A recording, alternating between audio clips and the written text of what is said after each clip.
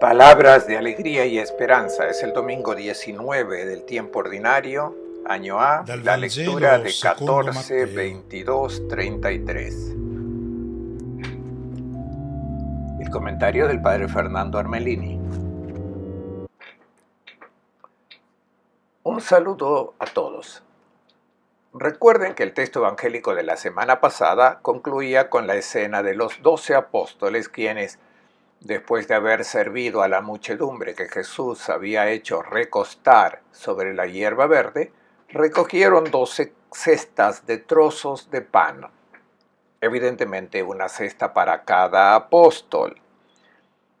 Y también les hice notar que Mateo ya no habló de peces y que a los apóstoles solamente les quedaba el pan. ¿Qué han hecho? Lo han llevado consigo. ¿A dónde? Esta es la pregunta. Y el evangelista Mateo la responde en el texto de hoy con una narración enigmática, llena de simbolismos bíblicos que trataremos de descifrar. Jesús dará una orden a los discípulos, les dirá a dónde llevar ese pan que, digámoslo inmediatamente, es Él mismo. Él es el pan. Él es la palabra de vida. Ese pan es su evangelio. ¿A dónde lo deben llevar? Escuchemos. Después de la señal del compartir el pan, Jesús mandó a los discípulos embarcarse inmediatamente y pasar antes que él a la otra orilla mientras él despedía a la multitud.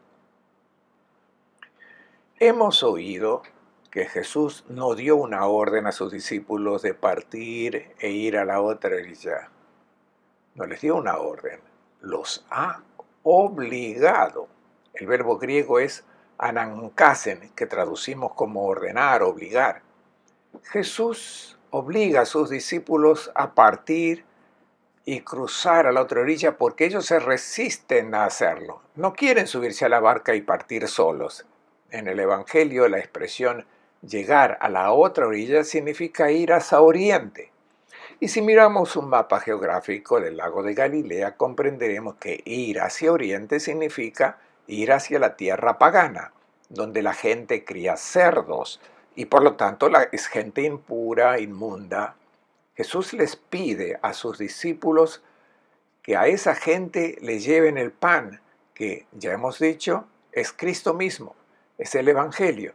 Pero ellos no lo quieren llevar a la otra orilla, lo quieren retener para el pueblo santo, para su pueblo, el pueblo de Israel. Para comprender acabadamente el texto del Evangelio de hoy, debemos hacer mención a la situación que está viviendo la comunidad del tiempo de Mateo. Las comunidades cristianas están preocupadas por un problema que les afecta mucho. Y esta vez el problema no viene de afuera, no viene de la oposición del mundo pagano. Es un problema interno a la comunidad. ¿De qué se trata? El libro de los Hechos de los Apóstoles refiere que muchos fariseos se habían convertido a Cristo, habían entrado en la iglesia, pero habían creado problemas serios porque seguían siendo fariseos, firmes en sus posiciones tradicionalistas y se resistían a aceptar la novedad del Evangelio. La novedad del Evangelio es cosa muy grande, es el amor incondicional de Dios para todos. Los fariseos seguían pensando que las bendiciones de Dios estaban reservadas a los hijos e hijas de Abraham. No habían comprendido que la elección del Evangelio, de la elección del pueblo de Israel, no era contra los paganos, sino a favor de ellos. Y en este contexto, para ayudar a resolver a la luz de Cristo este conflicto interno de la comunidad, el evangelista Mateo ha introducido el texto que estamos examinando. Se trata de una página de catequesis, compuesta con imágenes, con simbolismos bíblicos, que son bien conocidos a los lectores de Mateo y que también nosotros comprenderemos bien. Por tanto, los 12 parten solos, de mala gana, y se dirigen hacia la tierra pagana. Escuchemos cómo continúa el texto. Después de despedirla, subió él solo a la montaña a orar. Al anochecer, todavía estaba allí solo.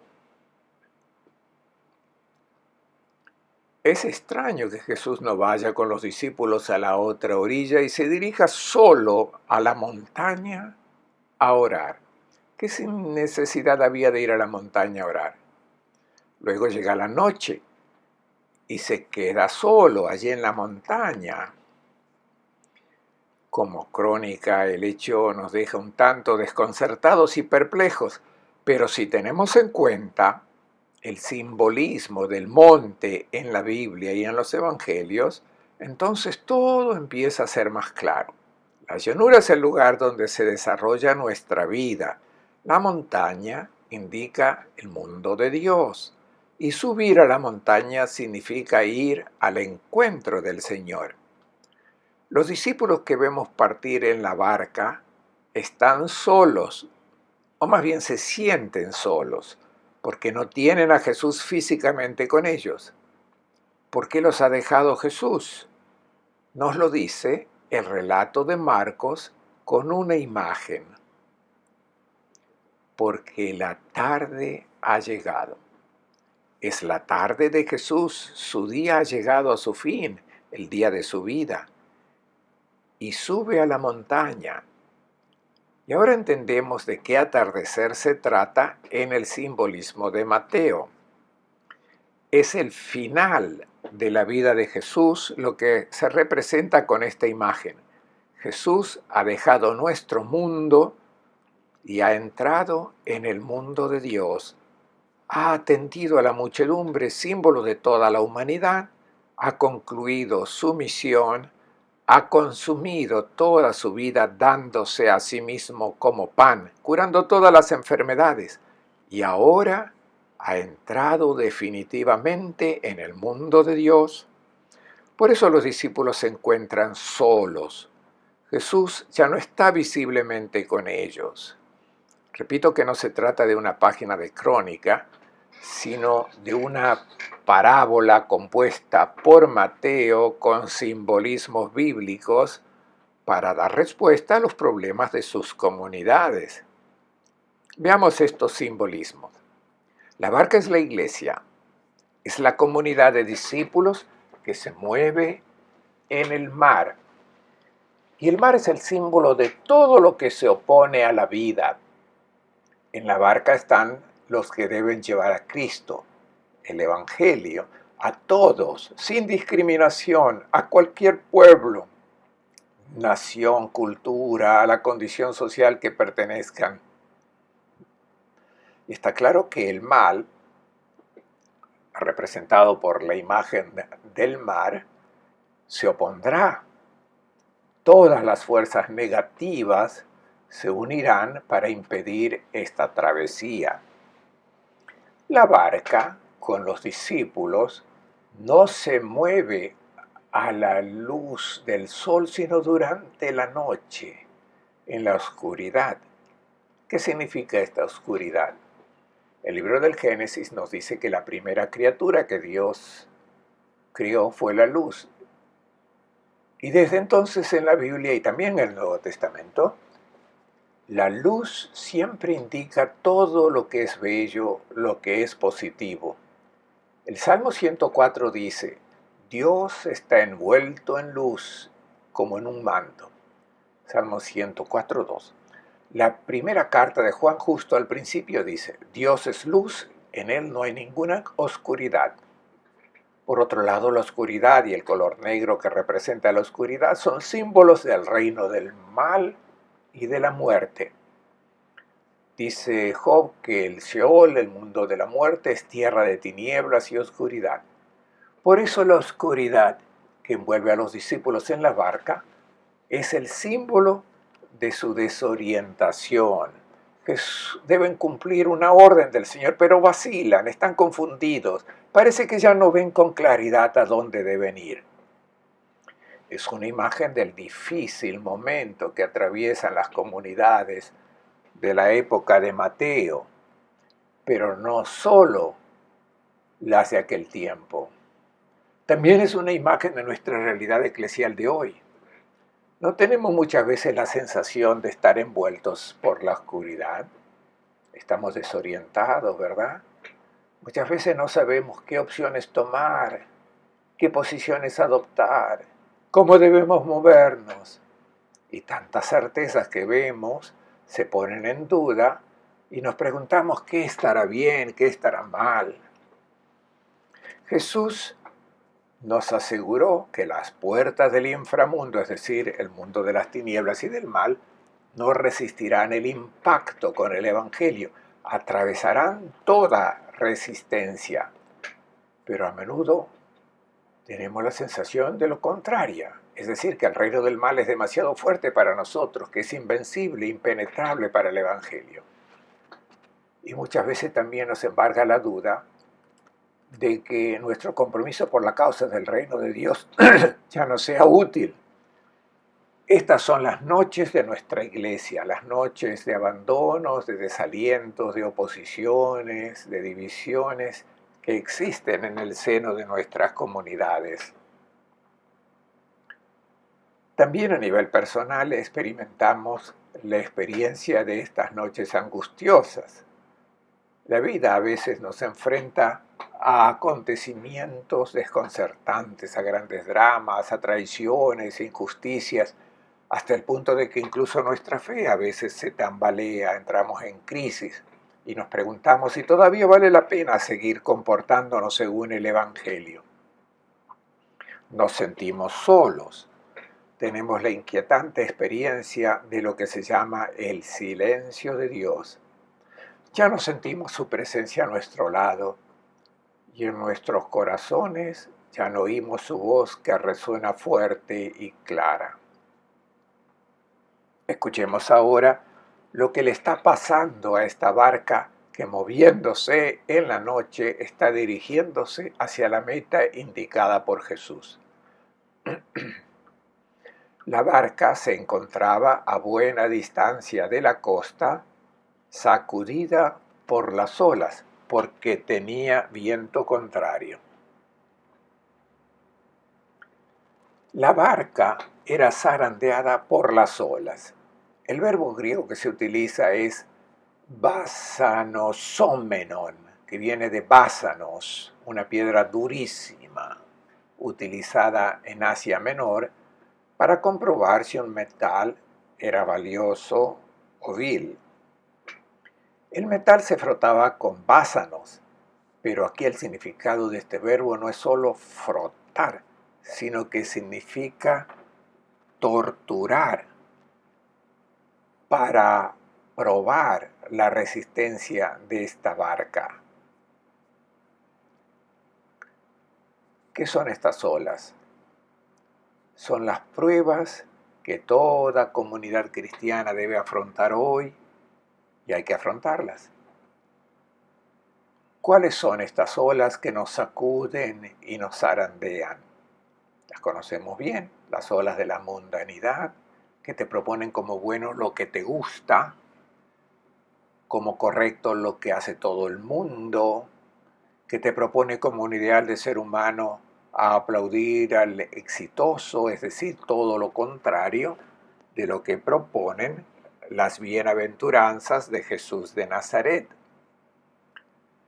Y son las olas de las dificultades que vienen también de dentro de la iglesia, las olas de los escándalos, de la dureza de corazón a la hora de escuchar la palabra de Dios, las olas de esas tradiciones obsoletas que algunos aún se empeñan en mantener, ciertas credulidades que nada tienen que ver con el Evangelio. Esto pone a dura prueba a la comunidad cristiana que quiere en cambio abrirse plenamente a la propuesta del Evangelio. Estas son las pruebas que nos hacen sufrir, pero que pueden y deben purificarnos porque revelan el oro de la verdadera fe ¿Y cuáles son los metales comunes que no tienen nada que ver con ella? Son las olas que experimentamos continuamente y que también golpean fuera de la barca a aquellos cristianos inseguros, indecisos, no convencidos. Y luego está el viento en contra. No solo las olas, sino la oposición del viento. Las comunidades cristianas no tienen el viento en la popa del mundo. En la Biblia se habla a menudo del viento que sopla contra los barcos. Así el Salmo 48, por ejemplo, habla del viento del este que rompe los barcos de Tarsis. Y el Salmo 107 dice que existe el viento que causa tormentas en el mar, tormentas que arrastran barcos a los abismos y hacen que los marineros se tambaleen como borrachos. Creo que aquí hay una presentación muy eficaz de lo que ocurre también hoy en nuestras comunidades cristianas. Es la experiencia que todos hacemos y que estamos llamados a enfrentar. La mundanidad nunca sopla a favor del Evangelio. Si ante ciertas oposiciones empezamos a dudar de las elecciones que hemos hecho, significa que nuestra fe en Cristo es débil y frágil. Pero realmente, como los 12, creemos que nos enfrentamos solos a la travesía, abandonados, olvidados por Jesús. Escuchemos. Ya muy entrada la noche, Jesús se acercó a ellos caminando sobre el lago. Al verlo caminar sobre el lago, los discípulos comenzaron a temblar y dijeron: «Es un fantasma», y gritaban de miedo. Pero Jesús les dijo: «Ánimo, soy yo, no teman». En todas las culturas del antiguo Medio Oriente se consideraba que el mar era el símbolo del mal, de lo demoníaco, de la muerte. En Babilonia había una fiesta muy famosa de Año Nuevo, el Akitu. Durante esta fiesta, el día más solemne, el sumo sacerdote de Marduk cantaba el Enuma Elish, es decir, el relato mítico de la creación, en el que se narra una lucha titánica entre el dios supremo Marduk y Yam, el mar imaginado como un monstruo que quiere perpetuar el caos e impedir la vida. También encontramos en la Biblia esta imagen mítica del amor del mar como monstruo enemigo al que se afrenta el Señor. El Dios de Israel no lo vence al final de una lucha épica, lo domina de forma muy pausada, con su palabra. En el libro de Job, en el que el profeta expresa su tremendo dolor y se lamenta fuertemente a un Dios que parece indiferente, Dios interviene finalmente para responderle y en un momento dado le pregunta: «¿Dónde estabas cuando creé el mundo? Cuando puse los cimientos de la tierra. ¿Dónde estabas cuando formaba las montañas?» Y luego: «¿Dónde estabas cuando dije al mar: llegarás hasta aquí, no más? Aquí romperé el orgullo de tus olas». Aquí está Dios. Así manifiesta Dios que domina tranquilamente el mar con su palabra. Es necesario tener presente este simbolismo para comprender la historia que estamos examinando. Los discípulos no temen ahogarse en las aguas del mar de Tiberíades o el laguito de Tiberíades. Después de todo, ellos son hábiles nadadores. El único que probablemente no sabía nadar era Jesús, porque venía de las montañas de la Baja Galilea, de Nazaret. Son otras aguas las que asustan a los discípulos. Ellos temen ser sumergidos por las aguas del paganismo. Temen ir al fracaso de su misión. Es la situación de las comunidades a finales del siglo I y también la situación de nuestras comunidades hoy. En esta dramática situación aparece Jesús caminando sobre las aguas del mar. Este hecho se recuerda 2 veces porque es muy importante. Él no teme estas olas que en cambio asustan a los discípulos. Camina tranquilamente sobre las aguas, las pisa como quien puede tranquilamente poner al enemigo bajo sus pies. ¿Quién es este? El libro de Job nos dice que solo Dios camina sobre las olas del mar. Job 9:8. Los discípulos lo ven, pero no lo reconocen. Creen que se trata de un fantasma. Mateo no está relatando un hecho material, está describiendo con imágenes bíblicas la situación de las comunidades cristianas, atormentadas por tantas pruebas, angustiadas por las dudas y sobre todo desorientadas por el hecho de que ya no tienen visiblemente con ellos al Maestro que les habría infundido seguridad y valor.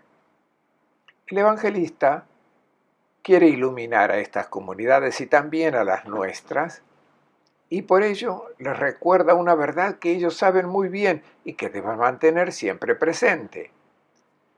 El resucitado no se ha alejado, no les ha abandonado a su suerte, está a su lado siempre, como prometió, hasta el fin del mundo. No físicamente, como cuando recorrió las calles de Palestina, sino de forma diferente, pero no menos real.